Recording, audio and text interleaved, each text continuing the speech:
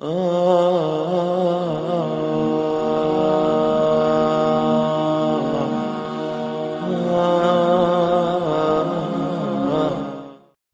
قسم کی حمد و ثنا،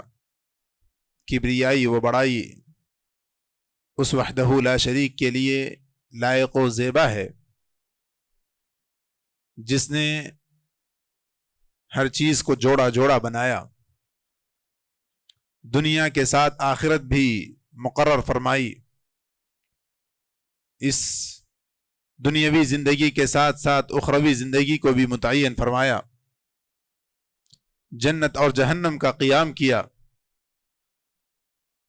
اور بندوں کو نیکی اور بدی کا راستہ بتایا۔ بعدہ درود و سلام ہو تمام انبیاء کرام پر، خصوصاً محمد عربی صلی اللہ علیہ وسلم پر، کہ جن کو رب العزت نے ہماری ہدایت اور ہماری رہنمائی کے لیے مبعوث کیا۔ معزز سامعین، پچھلے خطبے میں اس تعلق سے بات آئی تھی کہ قیامت کے یا آخرت کے مسائل میں سے جن چیزوں پر ہمیں ایمان رکھنا ہے اس میں سب سے پہلی چیز موت ہے، کیونکہ موت ہی وہ دروازہ ہے جس سے گزر کر کے آخرت اور برزخی دنیا میں ہم داخل ہوتے ہیں۔ اور موت کی حقیقت سے متعلق کچھ باتیں آپ کے سامنے ذکر کی گئی تھی۔ موت کے بعد آخرت کا جو سب سے پہلا مرحلہ، آخرت کی جو سب سے پہلی منزل آتی ہے وہ قبر ہے۔ قبر یہ آخرت کی منزلوں میں سے پہلی منزل ہے، لیکن ایمان بالآخرہ جیسے کہ اس سے پہلے ذکر کیا گیا، یہ ایمان کے ارکان میں سے ایک رکن ہے، اور اس پر ایمان نہ لانا یا اس پر ایمان لانے میں کسی بھی قسم کی غلطی اور کوتاہی یہ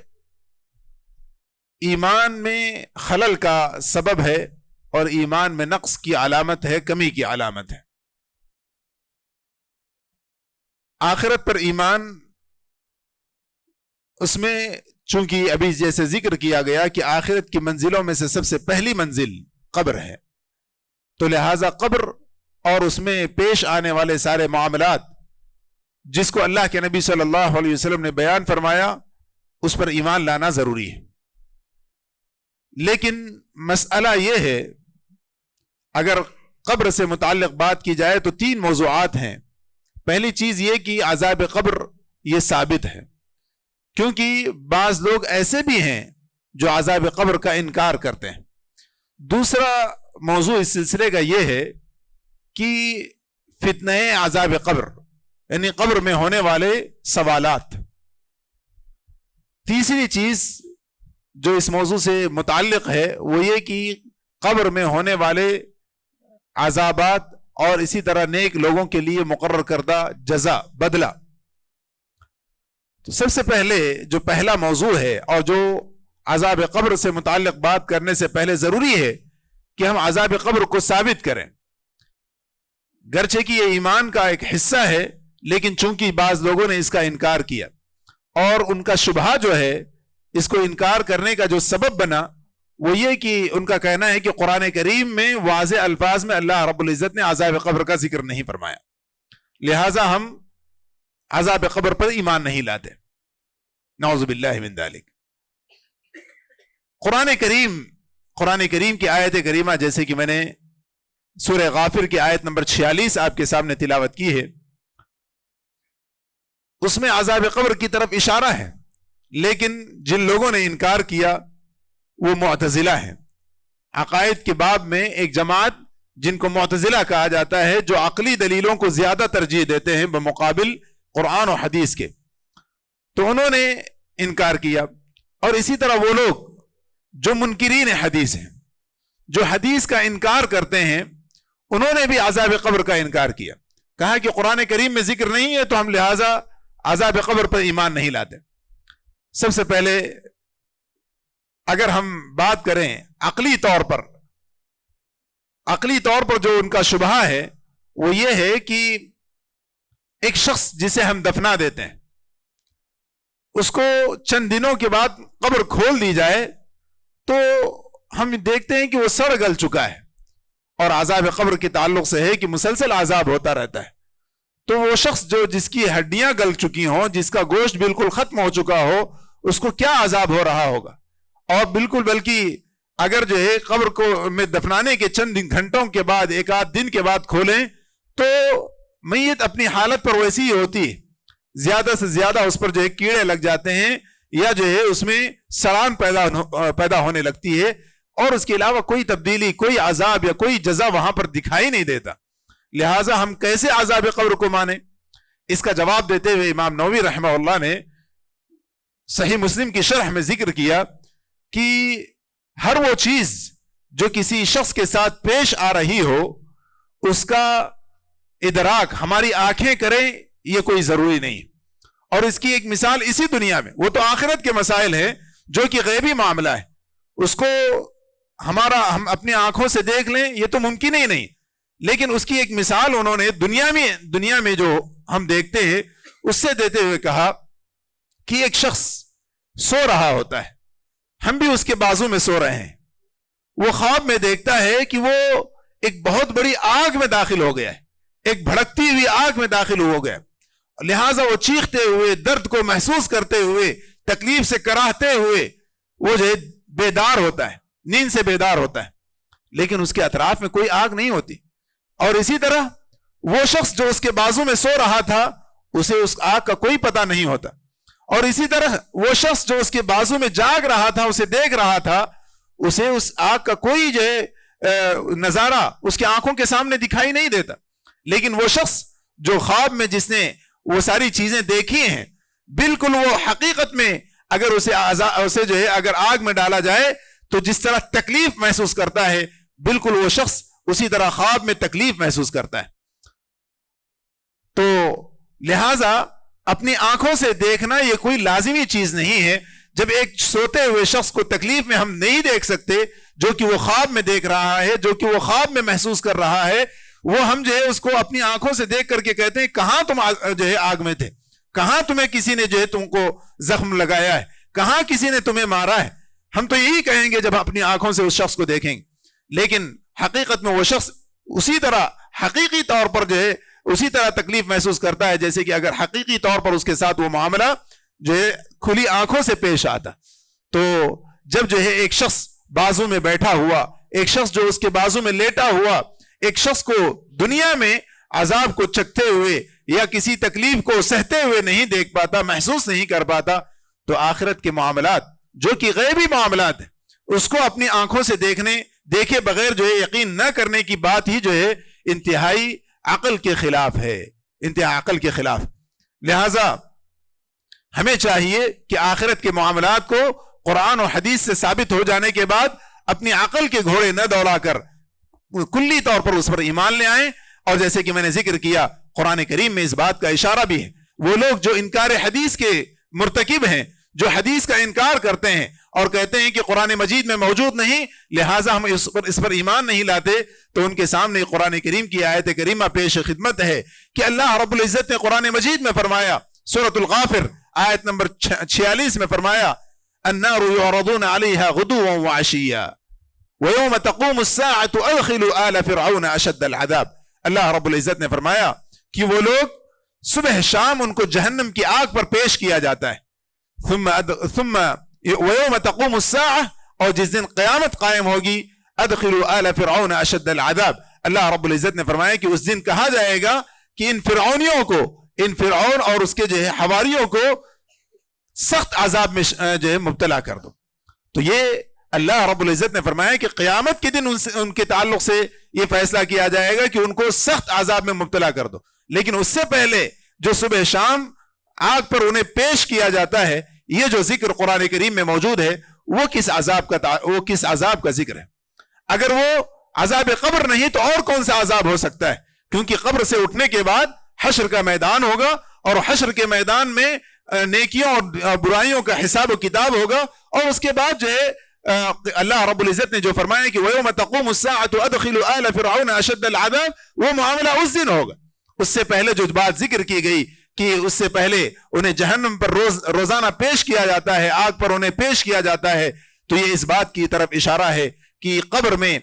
میں جو لوگ برے ہیں ان کو جو ہے آگ پر صبح شام پیش کیا جاتا ہے۔ اور اسی طرح ایک اور حدیث، ایک مرتبہ عبداللہ ابن مسعود رضی اللہ عنہ، یہ حدیث صحیح بخاری اور صحیح مسلم میں موجود ہے، عبداللہ ابن مسعود رضی اللہ عنہ نے کہا لعن اللہ الواشمات والمستوشمات والنامصات والمتنمصات والمتفلجات للحسن المغیرات خلق اللہ۔ ابن مسعود رضی اللہ عنہ نے لعنت کرتے ہوئے کچھ عورتوں پر کہا کہ اللہ رب العزت کی لعنت ہو ان عورتوں پر جو اپنے بدن پر ٹیٹو بناتی ہیں، جو اپنے بدن پر نشانات بناتی ہیں، اور جو ایسا یعنی جو کراتی ہیں اور جو کرنے والی ہیں، ٹیٹو لگانے والی اور ٹیٹو لگوانے والی، اور اسی طرح وہ عورتیں جو اپنے بالوں کو کھینچتی ہیں، خاص طور پر بھوں کے جو بال ہیں اس کو کھینچنے والی، ان پر جو ہے لعنت بھیجی، اور کہا کہ وہ عورتیں جو اپنے دانتوں کے درمیان خلا پیدا کرتی ہیں، جگہ پیدا کرتی ہیں حسن کے لیے، خوبصورتی پیدا کرنے کے لیے، تو یہ جو ہے لعنت انہوں نے بھیجی، اور کہا المغیرات خلق اللہ۔ اور اسی طرح وہ خواتین جو اپنے اللہ رب العزت کی تخلیق میں کوئی تبدیلی پیدا کرتی ہیں حسن کی اور خوبصورتی کے لیے، کوئی بھی چیز جو اللہ رب العزت نے جس خلقت پر، جس حالت پر انہیں پیدا نہیں کیا، اس چیز کو ایکسٹرا لگانا یا کسی چیز کو جو ہے بالکل ہٹانا، ایسے لوگوں پر ابن مسعود رضی اللہ عنہ نے لعنت بھیجی۔ تو ایک خاتون جن کا نام ام یعقوب تھا، جن کا تعلق بنی اسد سے تھا، وہ حضرت عبداللہ ابن مسعود رضی اللہ عنہ کے پاس حاضر ہوئی اور کہا کہ میں نے سنا ہے کہ تم نے فلاں اور فلاں خاتون پر یا جو ہے فلاں اور فلاں قسم کی عورتوں پر لعنت بھیجی ہے، تم نے ایسا کیوں کیا؟ تو عبداللہ ابن مسعود رضی اللہ عنہ نے کہا کہ وَمَا لِي لَا أَلْعَنُ مَنْ لَعَنَ النَّبِيَّ صلی اللہ علیہ وسلم وَهُوَ فِي کتاب اللہ۔ کہا کہ میں کیسے نہ ان عورتوں پر لعنت بھیجوں جن پر اللہ کے نبی صلی اللہ علیہ وسلم نے لعنت بھیجی ہے اور وہ قرآن کریم میں بھی موجود ہے۔ تو اس خاتون نے کہا کہ تم کہتے ہو کہ قرآن کریم میں یہ چیز موجود ہے اور ایسی عورتوں پر لعنت قرآن کریم میں موجود ہے، حالانکہ میں نے قرآن کریم کو ایک یعنی بین دفتئی کہا کہ میں نے ایک اٹے سے دوسرے اٹے تک یعنی مکمل قرآن کریم کو میں نے پڑھا ہے، اور کہیں بھی میں نے قرآن کریم میں ایسے عورتوں پر لعنت جو ہے اللہ رب العزت کی جانب سے نہیں سنی ہے، نہیں پڑھی ہے۔ تو عبداللہ ابن مسعود رضی اللہ عنہ نے جواب دیتے ہوئے کہا لئن كنت قرأتیہ لقد وجدتیہ، کہا کہ اگر تم نے صحیح سے قرآن کریم کو پڑھا ہوتا تو ان باتوں کو قرآن کریم میں پاتی۔ کہا کہ اما قرأت قول اللہ تعالی اما قرأت قوله تعالی وما آتاکم الرسول فخذوه وما نہاکم عنہ فانتہوا، کیا تم نے قرآن کریم میں یہ بات نہیں پڑھی کہ جو کچھ اللہ کے نبی صلی اللہ علیہ وسلم تمہیں دیں اسے لے لو اور جس چیز سے روکیں اس سے رک جاؤ؟ تو خاتون نے کہا کہ ہاں ہم نے تو اس کو پڑھا ہے، اور اس میں کہاں ذکر ہے کہ جو خواتین اپنی تخلیق کو، اپنی جو خلقت کو تبدیل کرتی ہیں ان پر لعنت ہو، یا ان کے تعلق سے کہاں ذکر ہے جو ٹیٹو لگاتی ہیں یا جو ہے اپنے بالوں کو جوڑتی ہیں یا اپنے جو ہے دانتوں کے درمیان کسی قسم کا خلا پیدا کرتی ہیں، ان پر لعنت اس میں کہاں ہے؟ تو عبداللہ ابن مسعود رضی اللہ عنہ نے کہا کہ کہا کہ جو ہے جب اللہ کے نبی صلی اللہ علیہ وسلم نے احادیث میں اس بات کو بیان کر دیا اور اللہ کے نبی صلی اللہ علیہ وسلم نے ایسے عورتوں پر لعنت کی، تو گویا کہ وہ قرآن کریم میں بھی موجود ہے۔ کیوں؟ وما آتاکم الرسول فخذوه وما نہاکم عنہ فانتہوا، کہ جو کچھ بھی اللہ کے نبی صلی اللہ علیہ وسلم دیں اس کو لے لو، اور جو کچھ جس سے روکیں اس سے رک جاؤ۔ جب قرآن کریم نے یہ بات کہی ہے تو اس کا مطلب ہے کہ جو کچھ بھی اللہ کے نبی صلی اللہ علیہ وسلم کی صحیح احادیث سے باتیں ثابت ہو جائیں گویا کہ وہ قرآن کریم سے ثابت ہے۔ اور اس کی ایک دلیل یہ بھی ہے کہ اللہ رب العزت نے فرمایا وَمَا يَنطِقُ عَنِ الْهَوَىٰ إِنْ هُوَ إِلَّا وَحْيٌ يُوحَىٰ، فرمایا کہ جو کچھ بھی اللہ کے نبی صلی اللہ علیہ وسلم کہتے ہیں وہ اپنی خواہشات نفس سے نہیں کہتے، وہ تو وحی ہوا کرتی ہے۔ إِنْ هُوَ إِلَّا وَحْيٌ يُوحَىٰ، وہ وحی سے جو ہے ثابت ہوتی ہیں، وہ باتیں وحی کی وجہ سے اللہ کے نبی صلی اللہ علیہ وسلم ذکر کرتے ہیں۔ تو لہٰذا جو باتیں قرآن کریم سے ثابت ہوں، جو باتیں اللہ کے نبی صلی اللہ علیہ وسلم کی احادیث سے ثابت ہوں، سبھی کا مرتبہ اگر جو ہے احادیث صحیح ہیں، ثابت ہے، تو سبھی کا مرتبہ ایک ہے. لہٰذا قرآن اور حدیث میں ایسی صورت میں جو ہے کسی قسم کی تفریق کرنا، کسی چیز کو ماننا اور کسی چیز کو چھوڑنا، یہ جو ہے ایمان میں خلل ہے، یہ جو ہے ہمارے ایمان میں ہمارے ایمان میں خلل ہے. لہٰذا ہمیں اس سے بچنا چاہیے.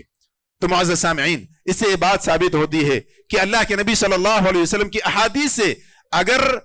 عذاب قبر ثابت ہے تو لہٰذا گویا کہ وہ قرآن کریم میں ثابت ہے. لہٰذا اگر وہ لوگ جو کہ قرآن کریم کو مانیں اور احادیث کا انکار کریں تو انہیں معلوم ہونا چاہیے کہ اللہ کے نبی صلی اللہ علیہ وسلم اپنی زبان سے جو کچھ بھی کہتے ہیں، جو کچھ بھی نکالتے ہیں، وہ جو ہے وحی کی بنیاد پر ہوتا ہے، اپنی خواہشات کی نفس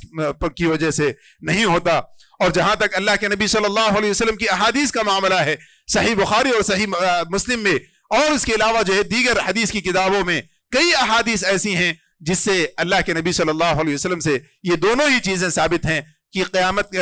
قبر میں عذاب قبر بھی ہوگا اور اسی طرح وہاں پر نعیم قبر بھی، یعنی اچھا بدلہ بھی انہیں دیا جائے گا. اور اس سے پہلے فتنہ قبر، یعنی قبر میں جو ہے سوالات کا ہونا، یہ بھی صحیح احادیث سے ثابت ہے. اس کی سب سے پہلی دلیل جس میں اللہ کے نبی صلی اللہ علیہ وسلم نے یہ بات بیان فرمائی کہ یعنی عذاب یعنی قبر میں سوالات ہوں گے اور جو ہے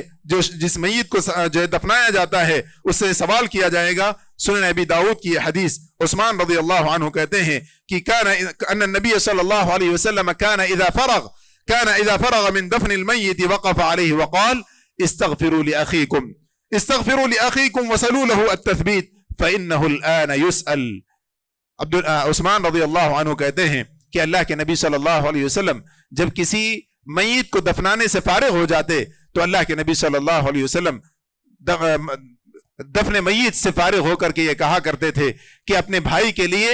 استغفار کرو، اپنے بھائی کے گناہوں کی بخشش طلب کرو، کیونکہ جو ہے اس کو جو ہے اس سے اس وقت سوال کیا جائے گا. اور وہ سوالات وہی سوالات جس کے تعلق سے ہم پڑھتے ہیں کہ ما دینک وما یعنی اللہ رب العزت سے متعلق سوال کہ اور ما ربک وما دینک وما یعنی محمد صلی اللہ علیہ وسلم کے تعلق سے سوال کہ یہ شخص جس کو جو ہے آپ کی طرف بھیجا گیا تھا وہ کون تھے. تو یہ جو ہے 3 سوالات یہ جو ہے قبر میں پوچھے جائیں گے. اور اس سلسلے میں بعض وضاحتیں صحیح بخاری کی حدیث میں بھی موجود ہیں، صحیح بخاری اور صحیح مسلم کی. چنانچہ حضرت انس رضی اللہ عنہ راوی حدیث ہیں، کہتے ہیں کہ ان النبی صلی اللہ علیہ وسلم قال ان العبد اذا وضع في قبره وذهب اصحابه حتى انه لا يسمع قرع نعالهم اتاه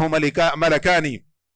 انس رضی اللہ عنہ کہتے ہیں کہ اللہ کے نبی صلی اللہ علیہ وسلم نے فرمایا کہ جب بندہ اس کو جو ہے قبر میں لٹا دیا جاتا ہے، قبر میں دفن کر دیا جاتا ہے اور اس کے ساتھ ہی قبر میں دفن کرنے والے وہاں سے نکل جاتے ہیں تو ان کے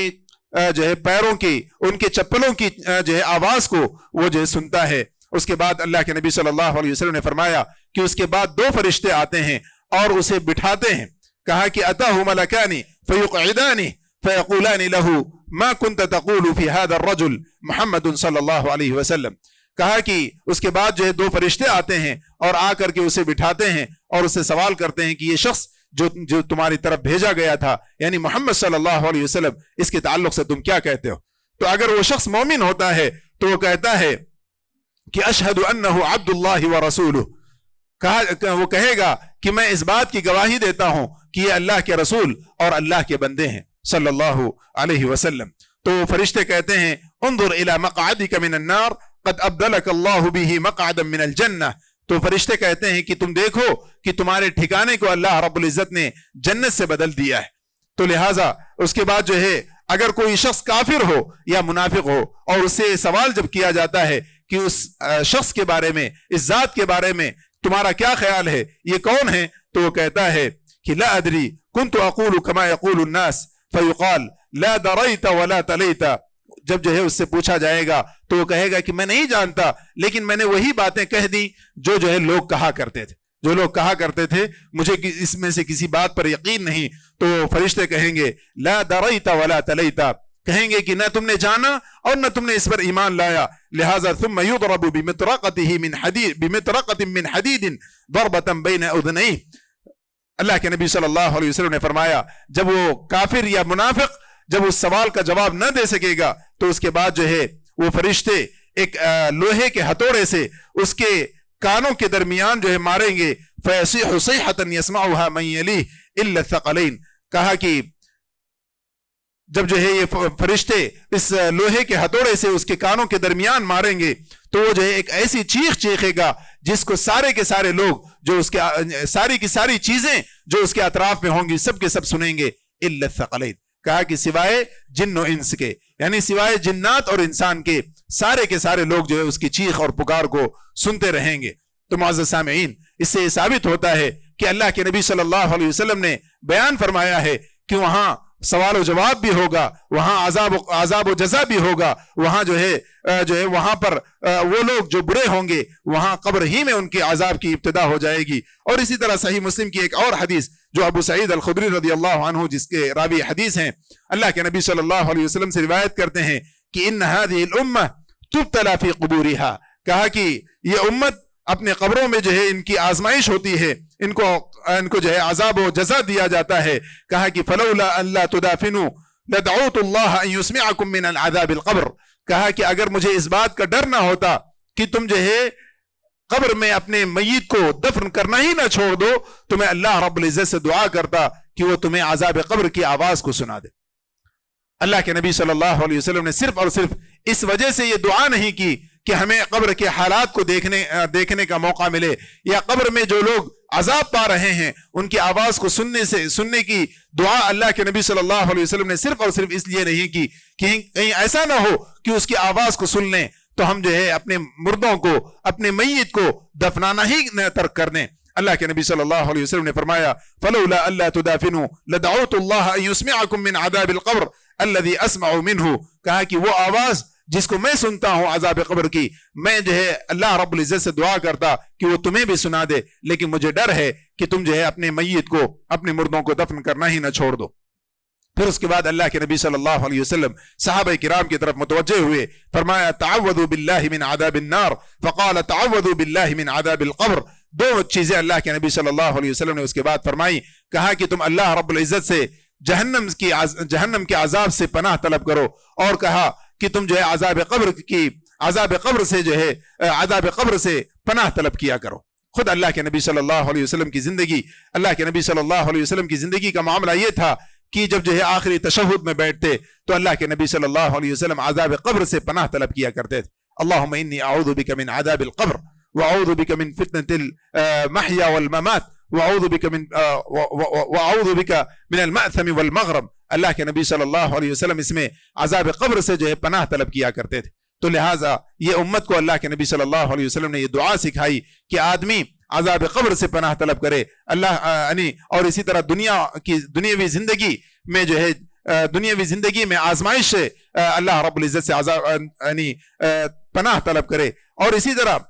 ایک حدیث جو ترمذی میں موجود ہے، عثمان رضی اللہ عنہ سے ثابت ہے کہ جب وہ جو ہے جب وہ قبر کے پاس پہنچتے تو قبر کے پاس پہنچ کر کے کافی زیادہ رویا اور گڑ گڑایا کرتے تھے، حتیٰ کہ آپ کی جو ہے داڑھی مبارک وہ جو ہے آپ کی جو ہے داڑھی بالکل جو ہے تر ہو جایا کرتی تھی، آنسوؤں سے تر ہو جایا کرتی تھی. تو ان سے کہا گیا کہ تمہارے سامنے جب جہنم کا تذکرہ ہوتا ہے، جنت کا تذکرہ ہوتا ہے، فلا تبکی، کہا کہ تم جو ہے اس وقت نہیں روتے، وہ تبکی من ہذا، لیکن جب جو ہے قبر کے پاس کھڑے ہوتے ہو یا قبر کا تمہارے سامنے ذکر ہوتا ہے تو کیا بات ہے کہ تم بہت زیادہ روتے اور گڑ گڑاتے ہو. تو حضرت عثمان رضی اللہ عنہ نے کہا کہ انی سمعت رسول اللہ صلی اللہ علیہ وسلم قال، فرمایا کہ میں نے اللہ کے رسول صلی اللہ علیہ وسلم کو یہ بات کہتے ہوئے سنا ہے کہ ان القبر اول منزل من منازل الاخرہ. کہا کہ میں نے اللہ کے رسول صلی اللہ علیہ وسلم کو یہ کہتے ہوئے سنا ہے کہ قبر یہ جو ہے آخرت کی منزلوں میں سب سے پہلی منزل ہے. فإن نجا منه فما بعده أيسر منه. کہا کہ اگر کوئی شخص اس عذاب سے جو ہے بچ جائے تو اس کے بعد کا معاملہ زیادہ اس کے لیے آسان ہے. وإن لم ينجو منه فما بعده أشد منه. کہا کہ اگر اس جو ہے پہلی منزل میں وہ نجات نہ پا سکے تو اس کے بعد کا معاملہ اور شدید اور اس کے لیے سخت ہو جاتا ہے. اور اسی طرح عثمان رضی اللہ عنہ نے اللہ کے رسول صلی اللہ علیہ وسلم سے ایک اور حدیث نقل کی، فرمایا ما رأيت منظرا